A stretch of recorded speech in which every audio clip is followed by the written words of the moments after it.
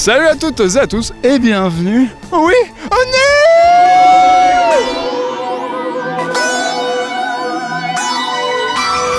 est. Et oui, comme tous les ans au mois de juillet, on vient en territoire helvétique pour le meilleur festival du monde, le Neuchâtel International Fantastic Film Festival, qui cette année accueillait un de nos maîtres à tous, le grand John Carpenter, le maître de l'horreur, pour un concert des plus classes.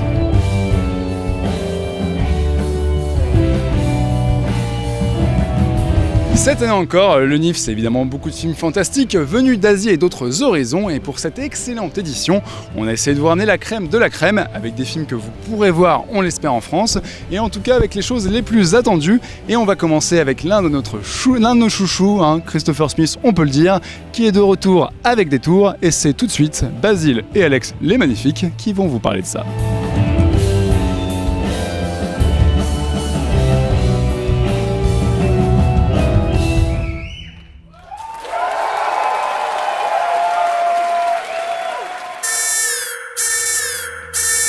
Salut Basile. Salut Alexandre, ça va Ça va bien, à Neuchâtel, au bord du lac. On va parler de Detour. De Christopher Smith. C'est exact. Alors en gros l'histoire, rapidement, qu'est-ce que c'est? Alors, notre jeune héros est à l'université, sa maman vient de tomber dans le coma suite à un accident de voiture. Il pense que c'est dû à son beau-père qui est un peu distant et qui semble avoir une liaison avec extra-conjugale. Avec une stripteaseuse. Donc il en veut beaucoup à cet homme-là et un soir qu'il a trop bu dans un bar, il rencontre un petit voyou qui lui propose éventuellement de s'occuper du beau-père lorsqu'il descendra à Las Vegas. Et donc il fait un pacte avec le diable un peu. Et ils prennent la voiture et ils vont aller à Vegas. Il est trop tard pour reculer. C'est ça l'idée. Alors qu'est-ce que c'est l'idée formelle du film? Eh ben, c'est justement de jouer sur cette notion de choix au début. Ouais. C'est-à-dire, est-ce qu'il va le faire? Est-ce qu'il va continuer? Il va aller jusqu'au bout? Et comment Smith montre ça au début? C'est avec l'emploi de split screen. Donc en gros, à un moment donné, t'as un peu deux timelines qui divergent, si tu veux. Il y a la première timeline où il choisit de suivre le gangster et d'aller à Las Vegas pour buter son beau-père. Et l'autre où il choisit de ne pas le suivre, de rester chez lui. Et donc en gros, Christopher Smith il nous invite à voir ce qui se passe dans l'une et l'autre des possibilités. Alors moi, j'aime bien l'idée. Le problème pour moi, c'est la résolution de ça. En fait. Bon, en gros, 2/3 du film à peu près, on a le twist qui nous révèle la vérité sur cette structure. Et moi, il m'est apparu que finalement, c'était un peu gratuit dans le sens où il n'y a pas de justification narrative dans la diégèse à cette division, si tu veux. Alors dans la diégèse, non, mais justement, je pense que quand il dit qu'il veut s'amuser avec la structure, c'est qu'il veut s'amuser aussi avec les attentes du public qui est rodé à ce genre de film, enfin d'histoire, en tout cas, truc de revanche assez classique. Et du coup, de jouer sur le côté, on attend justement ces deux timelines, de voir comment ça va se recroiser. Et en effet, il y a une astuce narrative qu'il emploie. Mais je trouve pas que ça fasse justement souffler qui se dégonfle. Ça reste parce qu'il reste solide tout du long et il amène une vraie résolution aussi à l'histoire. C'est pas un peu trop ouvertement manipulateur par rapport au récit? C'est pas trop facile? Je trouve pas que facile, je sais pas, ça reste quand même bien écrit tout du long. En essayant de ne pas spoiler, à la fin, il y a la résolution du sort d'un des personnages qui est complètement laissé au hasard. Ça, je concède que c'est une facilité qu'on voit presque venir et je pense que c'est assez volontaire. Aussi, ouais. Je pense que c'est assez volontaire de jouer là-dessus, sur ce côté. Qu'il est possible aussi que le hasard fasse les choses bien. C'est pour ça que quand on est sorti, moi, ça me faisait énormément penser au BD de David Lapham, ou Lapham, je sais jamais comment on le prononce. Donc, qui nous a fait... Dans quel sens? Dans le sens pulpy? Dans le sens pulpy ou dans le sens enchaînement de mésaventures pour les protagonistes. Très vicieux aussi, voilà. Et qui reste à la fois hyper humain. C'est-à-dire que c'est jamais... je ne trouve pas que ce soit une comédie noire. Ouais. En tout cas, on s'intéresse aux héros. Je pense qu'on a quand même envie qu'ils s'en sortent. Malgré ce par quoi il passe et ce qu'il est. Et même chose pour la fille en fait. Même s'ils sont assez archétypaux, et vraiment ce sont des personnages de polar pour le coup, ils ont suffisamment de chair pour qu'on soit intéressé par leur destin, et justement avec ce double jeu sur les attentes du public que Smith arrive à assez bien manipuler, en tout cas au début. Après ça devient quelque chose d'un peu plus classique peut-être. Ouais, j'étais juste déçu par le fait que je trouve que finalement ça se résume à un exercice de style, ce qu'il avait évité jusque-là dans sa carrière. Est-ce que c'est pas le genre qui veut ça aussi? Il y a toujours moyen de le transcender si tu veux. Ouais, mais bon, après, est-ce qu'on peut toujours révolutionner, enfin réinventer mais t'es pas de l'avis que si quelqu'un peut faire quelque chose comme Black Death est supérieur à Detour, est-ce qu'on est d'accord là-dessus? Ça oui, évidemment. Ouais. Donc il est capable de faire des trucs qui ont une portée, tu vois, plus grande. Oui, mais pour moi, ça reste pas stérile. C'est pas vraiment un exercice de style de petit malin. Je pense qu'il a une sincérité là-dedans, dans le fait de proposer un polar solide. Ce qui n'est pas évident d'ailleurs, parce que moi, les derniers polars vraiment costauds que j'ai vus comme ça, bien menés, ça me vient pas immédiatement en tête. Fred Cavaillé? Ouais, à la limite, ouais. Ça va être un pour elle, ça va être, voilà, dans ce qu'il propose. C'est pas la même approche du tout. Là, c'est un peu plus planant, tout ça. Mais pour moi, c'est beaucoup plus porteur qu'un truc comme Drive, par exemple. D'accord.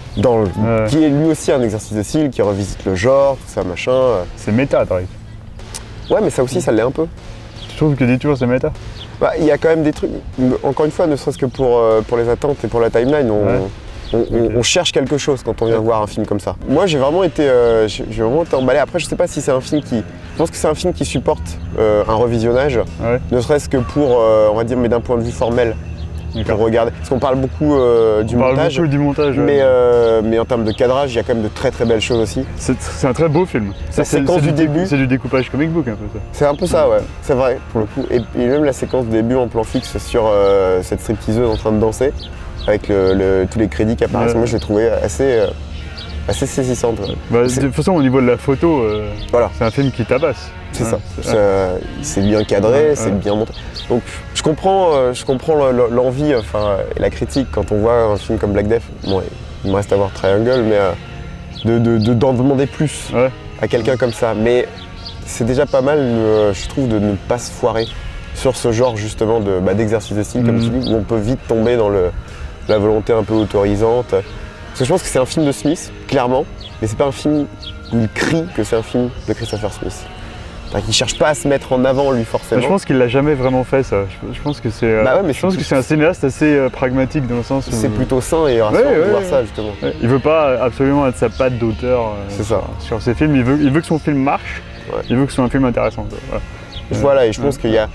Et en fait, il veut jamais, je pense, se départir justement du côté, même s'il expérimente, il teste un peu les limites du genre, des structures, tout ça, il veut quand même fournir je sais pas si un produit c'est vraiment le mot, mais en tout cas une histoire qui se tienne d'elle-même, qui soit pas. Donc il veut pas il veut jamais remettre en cause l'intégrité de son film. Je suis d'accord avec ça reste un bon film, un joli film, très ludique, donc ça peut pas être un mauvais moment. Voilà. Non, exactement. Dans tous les cas. Donc voilà, donc s'il dit toujours sort au cinéma, n'hésitez pas.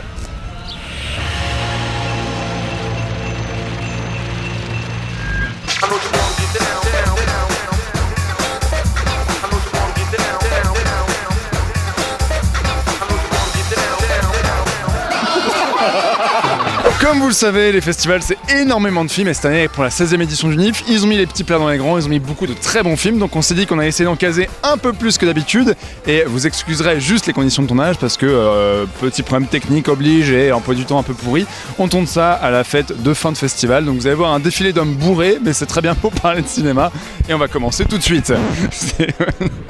De base, c'est les pires conditions de tournage qu'on ait jamais fait. Bon, allez. Hej, skat. Og sætter stolene derovre. Nej, altså det har vi da snakket om. Her skal sofaen stå. Ej, det er sjovt at se det igen. Det var vores musikhjørne. Kom her, Stefan. Ej, hvor er Et on commence avec quoi? On commence avec Parents, qui est un film danois. Alors j'ai pas du tout l'état dans lequel je devrais être pour en parler, parce que c'était la touche un petit peu sensible de ce festival. C'est l'histoire de deux parents danois dont le fils quitte le cocon familial. Donc c'est un peu, voilà, ils sont à la 50, soixantaine, c'est la crise de leur famille, parce que ils se retrouvent comme deux cons dans une immense maison, ils se font chier, etc. Et ils décident de retourner vivre dans leur appartement d'adolescence, de jeunes adultes, pour revivre un petit peu la flamme de l'époque.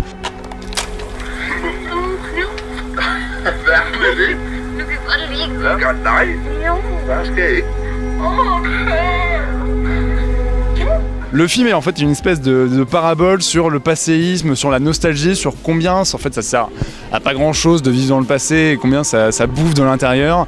Et en fait c'est très malin parce qu'il y a une partie fantastique qui appuie vraiment le propos et qui le pousse dans ses derniers retranchements, sachant qu'au début c'est quand même un film, voilà, de vieux qui se font chier, etc. Donc c'est pas le truc le plus sexy du monde, mais ils arrivent vraiment à creuser le truc jusqu'au bout et on pourrait croire que c'est juste un film sur une crise de vieux, mais ça devient une espèce de parabole universelle et ça c'est très malin de leur part. Donc voilà, très très bonne surprise. Un film assez sensible et la preuve qu'avec un budget très modeste et une très bonne écriture, on peut faire un truc de chambre un peu chiant en apparence mais qui en fait ne l'est pas du tout et ça a l'air assez touchant, donc bonne surprise, on espère que ça sortira en France.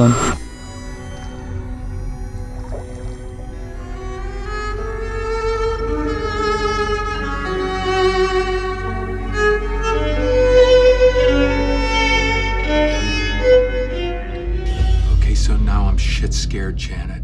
Hello. I'm calling because I think it just might be possible my dad, Ronnie, is the Greasy Strangler. You probably think I'm the Greasy Strangler. I never said that. Tell you a secret. I am the Greasy Strangler. Bon, moi je suis un petit peu le connard de service puisque c'est mon premier NIF. Très bonne expérience pour moi et notamment pour le film dont je vais vous parler. Voilà, c'est très compliqué ce soir. Le film dont je vais vous parler, c'est The Grizzly. Oh la vache. The Greasy. Hey, I call bullshit on that. C'est donc un film qui parle d'un vieux garçon qui vit chez son père, qu'il suppose être un serial killer qui se fait surnommer The Greasy Strangler, donc qui se déguise de graisse et qui assassine les gens en les étranglant. Et c'est un petit peu un cinéma qu'on situerait à partir de Wes Anderson, mais malade. On a des séquences qui durent très longtemps, des séquences justement où l'humour tense vraiment sur la durée, c'est de la répétition, mais où la durée dure suffisamment longtemps pour que la malsainité, ou en tout cas le malsain de l'humour fonctionne vraiment et nous rend complètement fucked up dans le truc. C'est un truc complètement absurde où le père est fan de graisse, et pas la graisse le pays, mais la graisse, le gras quoi, comme j'ai là, et ça déborde de partout, c'est dégueulasse, c'est immonde, c'est abominable, et c'est tout ce qu'on adore dans ce cinéma, puisque c'est un truc qui va au-delà, c'est débile, c'est complètement absurde et c'est complètement génial.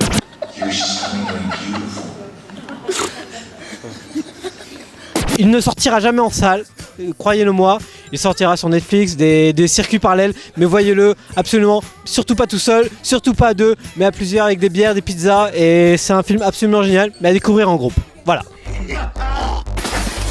I could feast on that queen's ass all night long. The Grizzly Strangler, je suis d'accord avec Alexis, c'est quand même un film supra culte.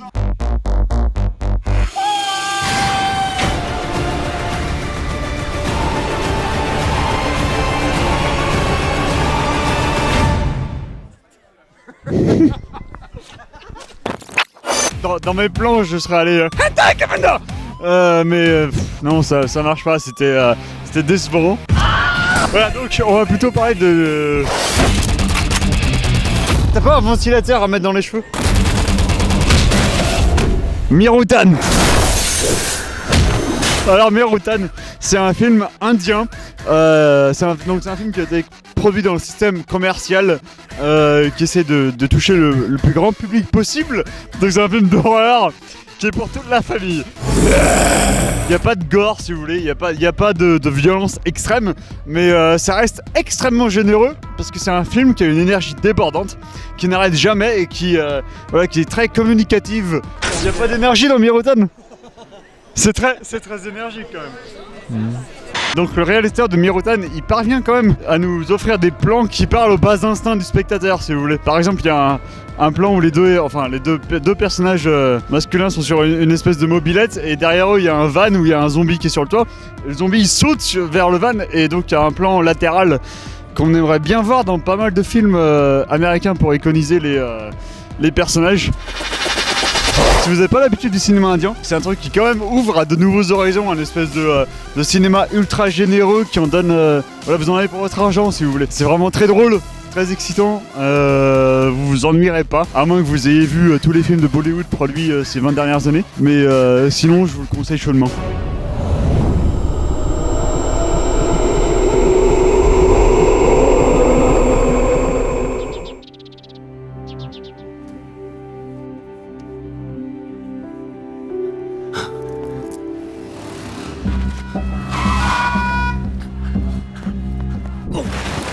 Al buio. Quello doveva essere il mio destino.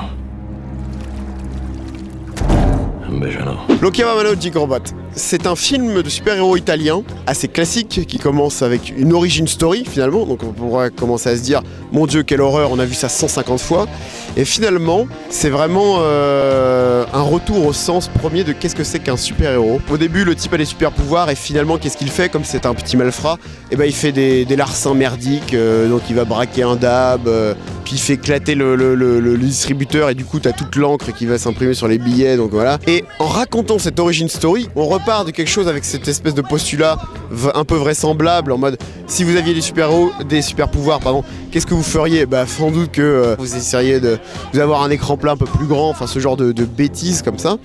Puis on voit que très vite ça finit par tourner en rond, on trouve pas de satisfaction là-dedans, et donc on finit par essayer de faire le bien.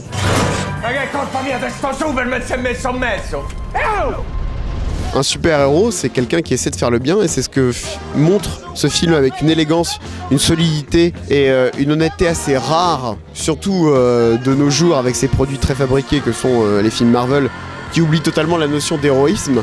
Ça, c'est un personnage qui finit par se dépasser, qui arrive à transcender sa condition de petit truand merdique pour devenir quelqu'un de meilleur.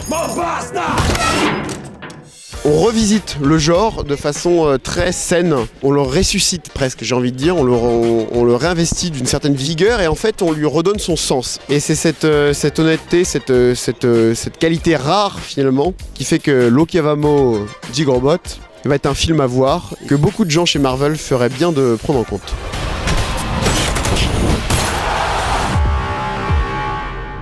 Je vais arrêter là, j'ai envie de pisser.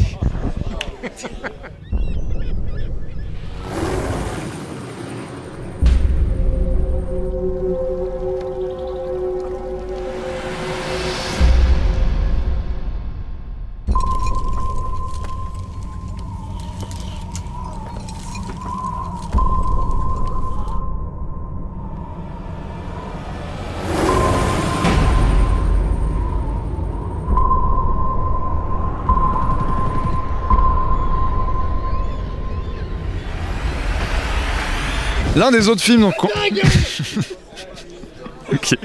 L'un des autres films qu'on a vu cette année au NIF, on vous en parle parce qu'il sort très prochainement en France et c'est une assez bonne surprise. Ça s'appelle The Wave, ça vient de Norvège et c'est un bon gros film catastrophe dans lequel, dans une espèce de vallée, une grosse vague de 80 mètres de haut arrive et ravage tout sur son passage. Alors voilà, pour du film catastrophe, c'est très classique. On a la famille, le type qui est un petit peu prévoyant et qui voit le truc arriver avant tout le monde, sauf que personne ne le croit. Et évidemment la catastrophe, la famille qui essaie de se retrouver, etc. Parce qu'évidemment ils se sont tous dispersés comme des connards. Mais ça marche très bien pour une seule et bonne raison, c'est que le film catastrophe, ça commence à devenir absolument n'importe quoi, hein, avec des films qui ont des vaisseaux qui font la taille d'un continent entier, qui s'envoient des villes sur la gueule, etc. Et The Wave, en fait, ça arrive à être assez intimiste, ça arrive à prendre le genre et à le garder de façon assez terre à terre. Le film est inspiré d'une histoire vraie et d'un fait réel, et bon, il le gonfle un peu, mais du coup, il y a une vraie authenticité dans la façon de faire. Et en plus, pour les geeks du fond, c'est assez intéressant, puisque le réalisateur qui s'appelle Roar Uthaug, et qui a un nom à coucher dehors, est le réalisateur du reboot de Tomb Raider bientôt, et il prouve que c'est un bon metteur en scène.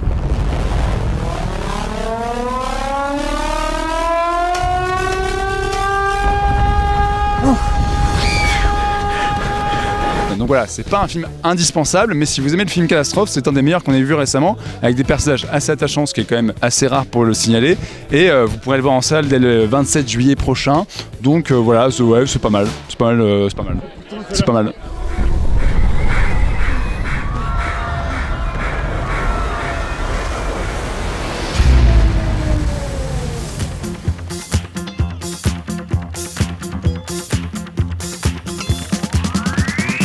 Et oui, c'est la fin, c'est triste, c'est fini. On est normalement devant un logo fin, mais il a disparu entre temps et Alex est en train de mourir devant la caméra. Pour la fin de cette émission ONIF au mois de juillet 2016, pour la meilleure édition qu'on ait fait de l'un de nos festivals préférés. En tout cas, on vous le dit tous les ans, il faut faire des festivals si vous aimez le cinéma et si vous voulez découvrir des choses un petit peu différentes. On vous rappelle qu'on a vu notamment Détour de Christopher Smith et plein d'autres films dont on espère qu'ils sortiront en France. Et si on est déjà... Alors déjà, je vous explique, on sort d'une nuit blanche, donc on est défoncé. Mais en plus, c'est pas seulement la fin du NIF, c'est la fin de Clone Web l'émission, puisque à présent, on va partir sur une nouvelle formule à la rentrée. Ça se rappellera plus Clone Web l'émission. On fera plus 3 critiques par mois. On va essayer de faire un petit peu autre chose, de différencier, d'avoir un format moins télévisuel et plus en accord avec ce qui se fait sur internet en ce moment, même si on essaiera quand même d'avoir un petit niveau quali quand même. Mais donc voilà, quand même l'émission se termine après des années d'aventure, et donc on se termine après une nuit blanche totalement défoncée. Voilà, on reste dans l'état d'esprit un petit peu rock'n'roll, c'est très bien. En tout cas, merci beaucoup à tous ceux qui nous ont suivis toutes ces années. On vous retrouve très bientôt sur Clone Web. N'hésitez pas à partager cette émission, à commenter sur Twitter, Facebook, machin, tout ça. Un grand merci au NIF, un grand merci à vous. On se retrouve très vite. Allez au cinéma et à bientôt pour de nouvelles aventures. Ciao. Putain, je suis bourré, je vais pas y arriver, la vache. C'est pas grave. Ouais, merci. En fait, je pense que l'émission... Putain, je m'en suis mis dans l'œil. Il est beaucoup en steadicam. C'est The Greasy Strangler, pas The Grizzly Strangler, puisqu'il n'a pas d'ours à l'intérieur. Je sais pas si c'est très clair, c'est comme... Non, j'ai rien compris. T'as 2 timelines. Attends, faut que je goûte cette merde. Ah putain, c'est...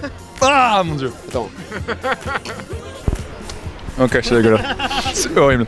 C'est quoi le nom du réal de Mirocan? On s'en fout. On s'en bat les couilles. Bon. On est dans un rêve, dans un rêve. Dans un rêve, dans un rêve. Dans un lac, dans un lac. C'est quoi? C'est mes poils ou c'est ma peau qui te dérange? Ouais, Oh putain. Johan! Bon, la fin, revenez l'année prochaine.